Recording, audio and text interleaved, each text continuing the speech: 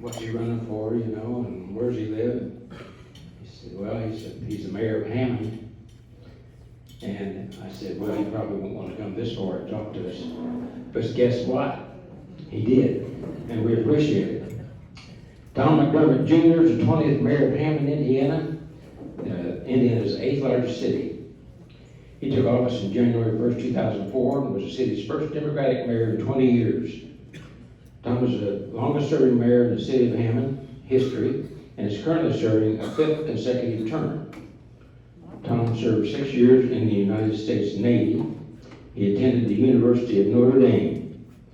Mayor Tom and his team have also brought in almost $1 billion in economic development during his tenure, including a casino expansion, national restaurant franchises, and destination retail. Tom and his wife Marissa are proud parents of 4 children. Thomas McDermott.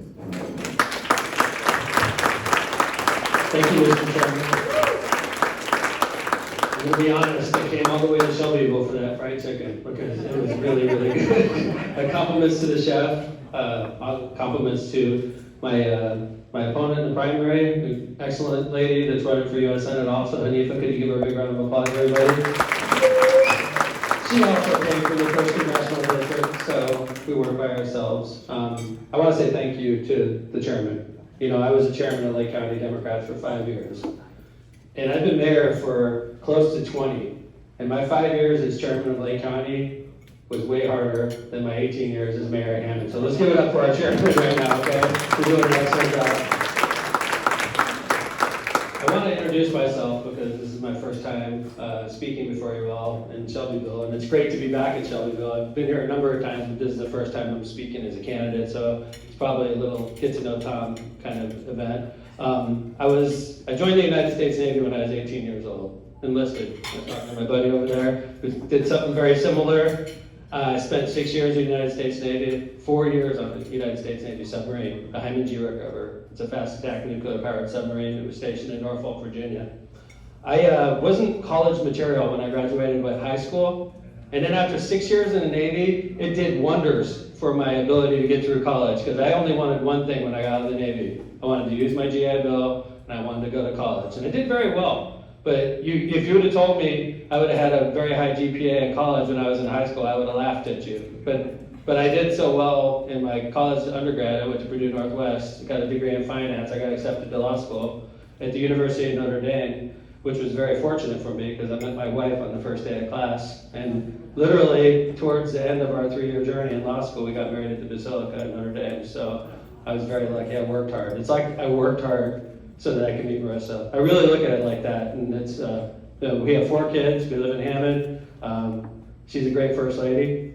And you know, she's the glue that helps me be a good mayor. Without a great first lady, it's impossible to be a good mayor. And I know we're honoring our first ladies. And I just, you know, without Marissa being there for me, I could have never done my job. So congratulations to former First Lady of Shelbyville, who's being honored tonight. Without a great first lady, you can't be successful.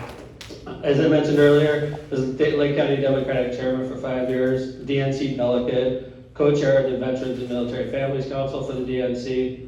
As Mayor of Hammond, I've been known as to promote economic development. It's $1 billion in new economic development. It was just one letter, million versus billion. We did bring in $1 billion in new economic development over the last 18 years while I was mayor, so I know how to get a deal done. We have an amazing college scholarship program in the city of Hammond that sends children of Hammond homeowners to any Indiana college with a $10,000 a year scholarship. We fund it through our gaming revenues, and we created this program to help incentivize homeownership in our city, and it's worked. And Hammond is now the largest city in Northwest Indiana. It wasn't when we implemented that. Our homeowners are buying and staying and improving their houses, and that's a lot different than when I took over as mayor. When I took over as mayor, people were leaving our city, and now people are staying and raising their family there. It's something I'm very proud of. Another thing that's different is I've been known as very pro-police mayor. I'm on the south side of Chicago. It's my neighbor. The south side of Chicago touches the city of Hammond. So we may be a small city, but we have a big city neighbor. And sometimes we have big city problems in our nice little city. and we have to adapt. Because if I don't adapt as mayor and pivot, then people are gonna move out of my city and losing residents, and then you start that spiral. We've implemented a number of programs in our city to help control the crime rate. And if you look like the crime stats of the city of Hammond for the last 20 years, you could tell when I took over. You see the stats literally move downward in a direction. And any amount of crime is too much, we all know that. But you know, it's something I'm very proud of, is the relationship I share with the Hammond Police Department and all law enforcement officers, quite frankly, and what we've done in our city to help lower the crime rate. I mentioned earlier I'm a veteran, something I'm very proud of. I think that makes me a good candidate, a tough candidate for Todd Young. And let's be honest, our US Senator has been to the city of Hammond one time in 6 years. One time. Why? You know, Hanifa mentioned something that's very important. He has no town halls. You know, as mayor, I go to every district 10 times a year and have an open public forum called Mayor's Night Out. I've been doing that since I was 34 years old, and we do it, you know, every month. We do it. Sometimes, coincidentally, you'll be going to a part of your city where there's something horrible happened. Like we had a really bad flood with one of those once-in-a-century storms that we get every other year now. We flooded out like 300 homes in one part of our city, and coincidentally, Mayor's Night Out happens to be in that district 2 days later. We held it. I faced the music. It was not fun. I remember it to this day. But I tell you, there's a certain amount of respect that people give to you when they know you just got your butt kicked in front of 150 angry people, right? I haven't seen that once from either of our U.S. senators, and it's a great point that Hanifa brings up. Why can't you? Just because you're a U.S. senator doesn't mean you're not accountable to Hoosier voters. But Senator Young doesn't think he's accountable to us anymore.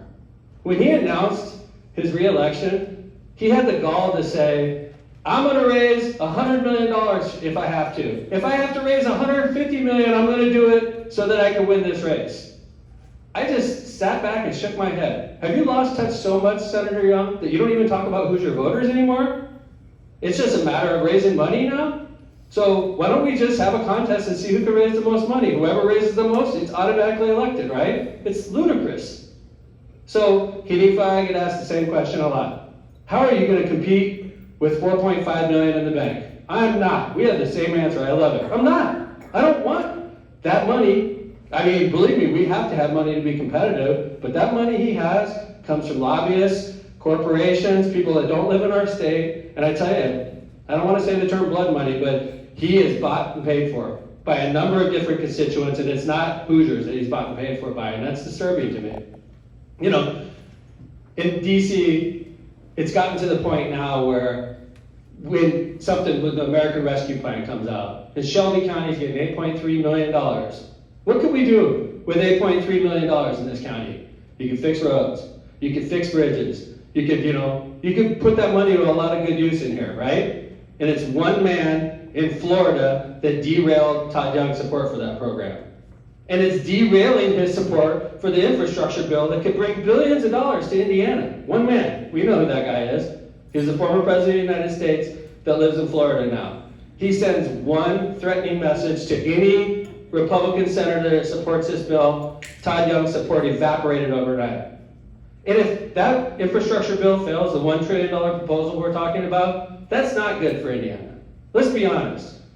I grew up watching great Indiana senators. Evan Bayh, that was one I really watched when I was growing up. But Joe Donnelly, who I love, Notre Dame grad also, Joe Donnelly would have never turned down billions of dollars for Indiana. You know, Birch Bayh would have never turned down billions of dollars for Indiana. Richard Lugar would have never turned down billions of dollars for Indiana. Is it so broken now? We've forgotten we have to take care of our home state. When people are offering billions of dollars to Indiana, and if I'm ever given the honor to represent you in the U.S. Senate, I'm going to accept it. And I'm going to bring it back to Shelby County, and we're going to get some stuff done with that money. We're going to put unions to work. Thank you very much. We're going to put the union members to work. We're going to get the vendors to work. We're going to get your county commissioners, your mayors, working together to figure out how to best use that money to rebuild our county, to rebuild our city, to rebuild our state. How does Donald Trump know what the roads like are in Shelby County? He doesn't know what the roads are like in Hammond, Indiana either. In Hammond, Indiana, that money's jeopardized because of one person in Florida. That's disgraceful to me. I heard a great quote when we were at the IDEA conference that Bob was talking about earlier. A young lady said, and she was active duty Army, I believe she was, but she said, on January 6th, Todd Young stopped being a Marine on that day. On January 6th, Todd Young stopped being a Marine that day. And I tell you, that was such a perfect quote, I remember it, and I'm using it. When I was sworn in as mayor, when Todd Young was sworn in as U.S. Senator, we all took the same oath. I promised to uphold the Constitution of the United States against all enemies, foreign and domestic. We were attacked on January 6th. We were attacked. The U.S. Capitol was attacked on January 6th. And I have a feeling if it was environmentalists that attacked the Capitol on that day, I have a feeling Todd Young would feel different about the January 6th Commission. If it was a group of feminists that attacked the Capitol that day, I have a feeling Todd Young may feel a little bit different. And it's disgraceful. You know, we got to get back to being Americans. We got to get back to working across the aisle. We got to get back to talking to each other, respecting each other. My dad's a Republican. He loves me, and I love him. But he votes the wrong way as far as I'm concerned, but I love him, and he loves me, and I tell you what, we could do that again. We can get back to, and I hate to keep mentioning Richard Lugar, but one year when Richard Lugar ran for the U.S. Senate, the Democratic Party didn't even put up an opponent against him. Because he was a statesman. He was a worldwide figure. We would have lost anyway, let's be honest. But this is no Richard Lugar we're talking about. When people talk about Todd Young, it's not about, oh, he's a great statesman, what are you doing? Or he does excellent work, he's such a great community person. You don't hear that. You hear what Hanifa said. How are you going to raise more money than him? Is that where we are now? I hope not. Because I'm bringing more to the table than Todd Young is. Hanif is bringing more to the table than Todd Young is. And I hope Hoosiers are open-minded enough to realize that we're broken right now.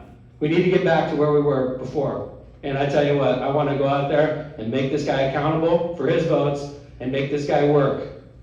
And if he does get reelected, he's never going to forget the election of 2022 because we're going to hold him accountable in every city and town across Indiana. God bless you, Shelby. Thank you very much.